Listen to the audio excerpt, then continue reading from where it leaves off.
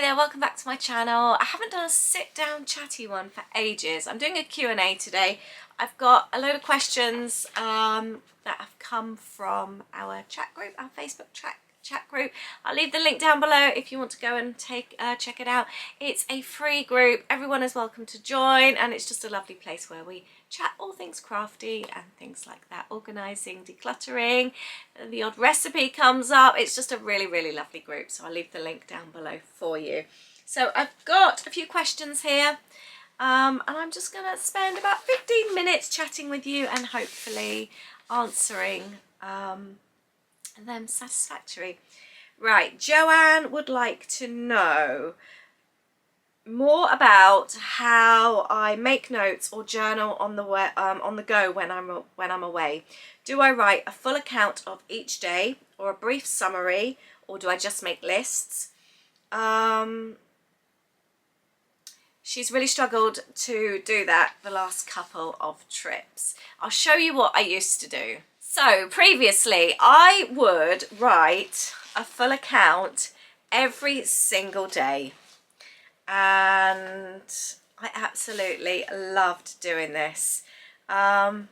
This was our road trip in 2016, I think. Yep, American History Road Trip 2016.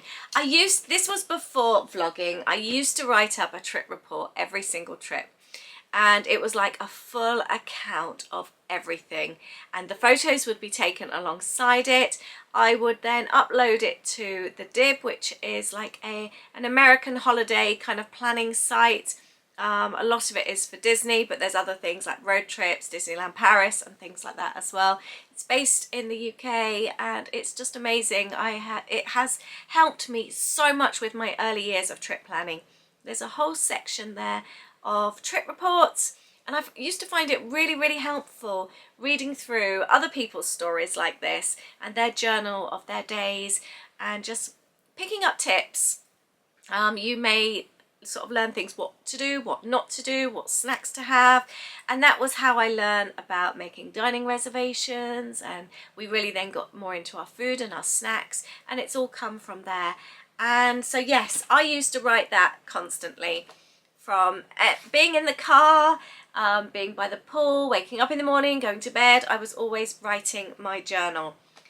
And then we started vlogging in 2017, and I really struggled to keep up. And I don't know why, because I guess when I'm in the car I'm still vlogging, but it's not like when I'm by the pool or before going to bed. But I really struggled to do both, and since then I have really struggled, and a lot of what I do now is just with my vlogs. I don't keep an account really of what we do. I always have good intentions when we go away and I start a trip report, but it usually gets to the first day. I think I even stopped after I wrote on the plane last time. I always want to, because I miss them, and you capture different things when you write things down. I've taken post-its away before, making notes on your phone, or even doing like voice recordings on your phone. You can do that kind of thing. It's time consuming though, really time consuming, and these used to take me a lot of time to do. I'm very grateful that I have done them, but I do struggle now, I have to admit. If anybody else watching does keep a journal on holiday, I would love to know if you've got any tips that you would like to share with anyone. So, a couple of things from Melissa. She'd love to know more about the planning that goes into the monthly kits, and what comes first, the name or the colour scheme, and how far in advance do I plan each kit, and where do all the ideas come from, as each kit is always so different. I think I did a video on this, and I know I've spoken about it before. If I can dig out the video, I'll find it for you. I do plan quite far in advance. It's currently September and I'm working on January's kit at the moment. Just because like ordering stickers and things like that, a lot of like custom things, I like to give people as much notice as possible. Also for my head, I like to be organised with them. I do have a list of names and colour schemes all the way through to next summer, so I tend to sort of like be about 9 months ahead with that kind of thing planning. It varies. It varies with the colour scheme and the kit name. Sometimes I might be really inspired by a particular colour scheme. Sometimes it's a kit name. It can be either, to be really honest with you. I do love a colour combo. I really do. And I find that kind of thing exciting. I used to, years and years and years ago, when I was really into like scrapbooking blogs before the likes of social media and YouTube, I used to take part in a colour combo challenge for my scrapbooking, and there was a blog challenge site, and every week there'd be a different colour combo, and you would just keep to those colours to create your scrapbooking pages. And I think that's where my colour combinations came from. I just found it so inspiring, and that stuck with me with doing the kits. I like having maybe 3 or 4 colours to work with and then coordinating everything. I really love doing that, and I find that easier to create pages that way. So that's kind of stuck with me. The ideas, they kind of just come, I think, as I'm kind of like planning the kit, then they just naturally build. And because I kind of like work on them quite far in advance, sometimes you might add something or tweak it. So that kind of just happens naturally as I'm planning the kits. She also wants to know about the recipes. In case you haven't seen my kits before, I have a little mini magazine, a little zine every month, and in it I always include a little recipe, just something fun and just usually something really sweet. And she's wondered about me putting a booklet together and selling it. She said she'd definitely buy it because she uses the recipes all the time. That's really sweet. I haven't given it a thought, to be honest, and I probably wouldn't. I don't know, I love baking, I love cooking, it excites me so much. It's never a chore, or very rarely a chore. But no, I haven't actually thought about doing that, but I'm glad you enjoy them, thank you. Nicole wants to know what my best memory was when I was working for Lufthansa. I don't know, I have so many. I absolutely loved my airline days. I made the most amazing friends, most amazing memories, had some amazing holidays. I don't know, just all of it was just really fun, very stressful, very hard work. I don't know if I've got one particular memory that really stands out. Met lots and lots of famous people over the years.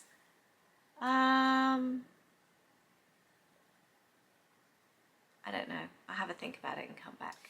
Emma wants to know, after my wedding stationery business, what made me decide to fix my creative side with Lollipop Box Club. The two actually clashed, they overlapped. I was doing the wedding business, and I'd been doing it, I think, for about 13 years. And I'd kind of toyed with the idea of doing a scrapbooking kit a few years beforehand. I looked at doing it with a friend and it just didn't happen.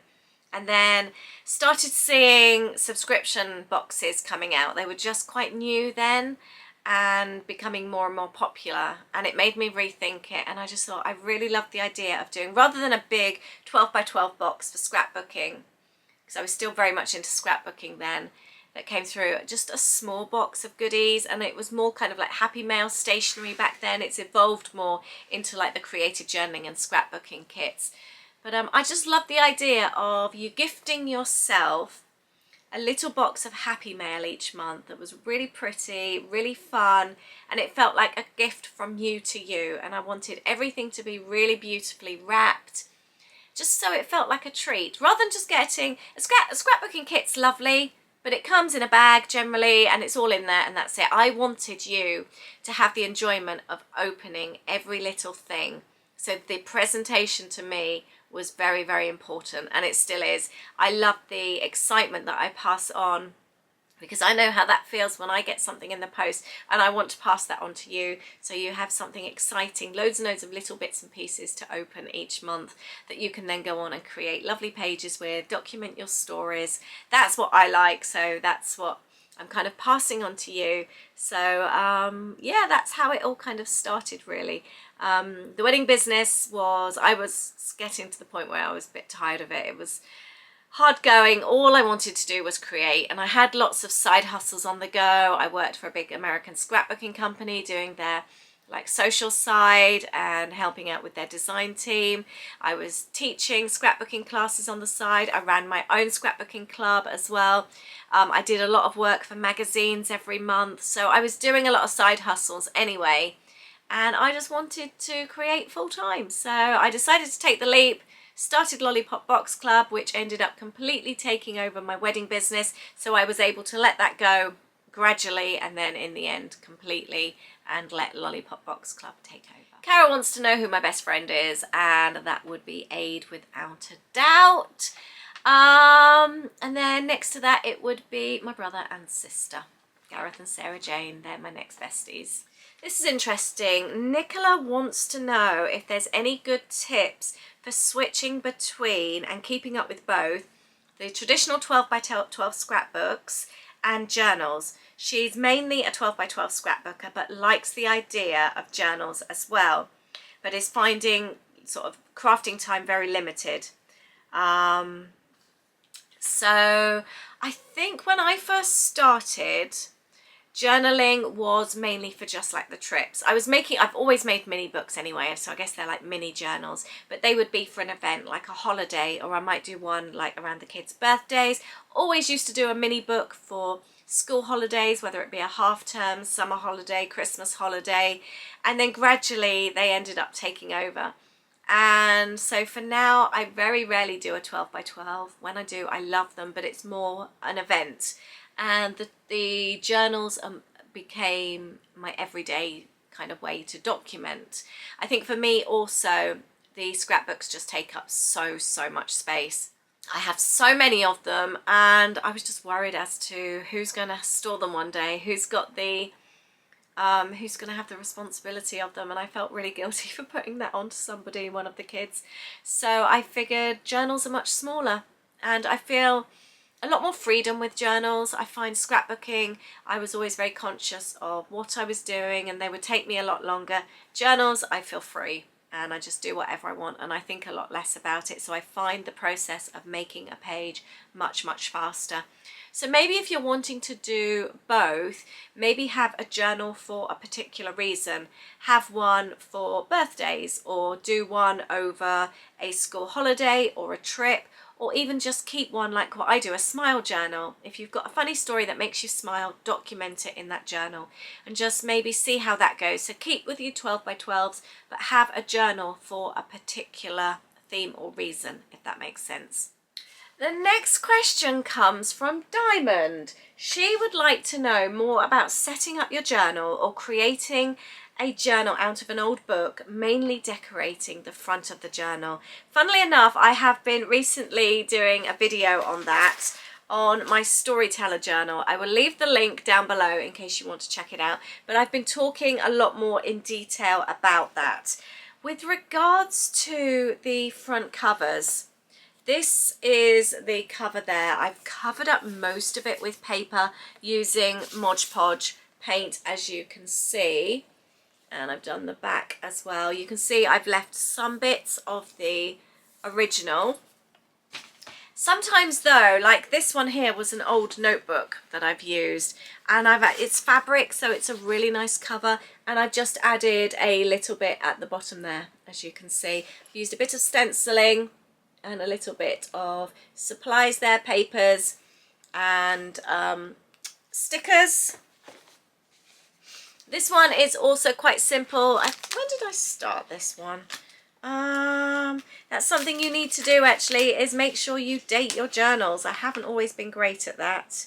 I have no idea when I started this one. That's really bad, but it's probably a good 10 years old. I still haven't finished it. But yeah, as you can see there, a little bit of stenciling, some alphabet stickers, and I've just done some like gesso over the main part of the cover. This one here is 2012, and again I've painted over the cover, added a little bit of stenciling and some papers and some wording and that, and I've kept that one super simple as well. So you could do the whole cover, paint it, or you could just add a little bit there as well. So I hope that helps. I think it depends on what's already on the cover. as to how you decide to change it. So Laurie wants to talk about life balance, life and work, balancing family, work, home and me time. Thinks it's something most people struggle with. I totally agree. It's really hard, especially when you've got children, younger children. We're quite at the sort of, I was going to say fortunate, that sounds really awful. We're at the stage now where obviously our kids are at uni. So we are in a completely different situation now. But obviously we've had 20 odd years of having kids home. So yeah, I know that feeling well. It is really difficult. For me, the only way was through routine and making lots of lists. That was my way. I did have extra long days compared to everybody else because generally my days started at 5, if not earlier, and I would work through till 11 or 12. I generally would have about 4.5, 5 hours sleep when the kids were younger. But that was because I was running my own business. It was very, very difficult. But I always kept to a strict routine of when I would start work at 5 and then finish work when the kids would wake up, and then that's when I would jump in the shower. When they were having breakfast, that's when I would clean the kitchen, I would prepare dinner for the evening, and then I would do like the dusting, cleaning, bathrooms, all that kind of thing would be done then when they were getting dressed and ready for school. And then I would always help out at school when they were in like primary school. I would always help out in the mornings.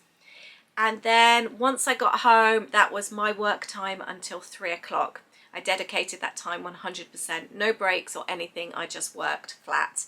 The minute that I picked them up from school, that was their time, and I was always very, very strict with that. Even if it meant that, okay, I may have watched TV. If I had a deadline that I really had to work on, I would work in the lounge and they would either be doing homework or we'd watch something, a movie or something if I really couldn't get out of work. And then I wouldn't start work again until they were in bed, and that time was theirs. Always did reading bedtime stories, and then once they were in bed I would start work again. I've never been great at the me time thing. I've always struggled with that, but I think because I haven't had a normal job, it wasn't like I was working say 6, 7, 8 hours a day. My days would be extra long because I was working for myself. So I've always struggled with that, but I did find routine. That was the way that it worked for me, having everything slotted in. I did always make time to go for coffee with friends and things like that, but I would always take work with me as well. So if I went to a friend's house, I would have a box of work that I would work on. Because I was making wedding stationery, it was all very, might have been tying 100 bows or something like that. So I was able, or stuffing like sweets into an organza bag if I was making wedding favours. So there was always things that I could take with me and work whilst I was having a coffee with friends. But definitely routine, that really worked for me. Final question, I think it's the final question anyway. Anne-Marie would like to know about my tattoos. Meaning, stories. I don't really have any stories, to be honest. I have two. I have half a bracelet and I have one on the lower of my back. No stories behind them. I think I just had a bit of a rebellious touch after the kids were born. I had the kids really early. I had my back one done first when Holly was little. And I'm really glad I had it done there. I did really think about where I was going to have them done. I wanted it to be on a spot that wouldn't age. And after Holly, I got my body back straight away. I was straight down the gym. Personal training, I was amazingly fit, very toned. I was a bit of a gym junkie, sometimes going twice a day, and I can't believe that was me now. But I was going to have a daisy chain around my belly button. I went for the spine, the lower base of my spine, to be safe, thinking it's kind of like a part of your skin, that your body, that doesn't really change or age too much. And I'm so glad I have, because my tummy button does not look like how it used to. So I'm really glad about that. And then after Louis, I had my daisy chain, which I really like. I picked it a bit, so it's not as crisp as it should be. But yeah, I've thought about, for years I wanted to create across the back of my neck, and I never did, and now I'm glad I haven't. And I have thought about having more, but to be honest, I'm quite happy with what I've got. And again, it's in a place where your skin isn't too bad for there. So yeah, I'm happy with the decisions I made, but I don't think I will have any more. Have you got any, Anne-Marie? Let me know if you have. But thank you for watching. I hope you've enjoyed this little Q&A. Let me know if you've got any other questions you would like me to answer, and I can always film another video. But thank you very much, and I'll see you in the next video. We have got a craft room tidy and declutter, and talking about organising scrapbooking stash next Friday. So I hope you look forward to that, and there's a vlog at the weekend. Take care. Bye.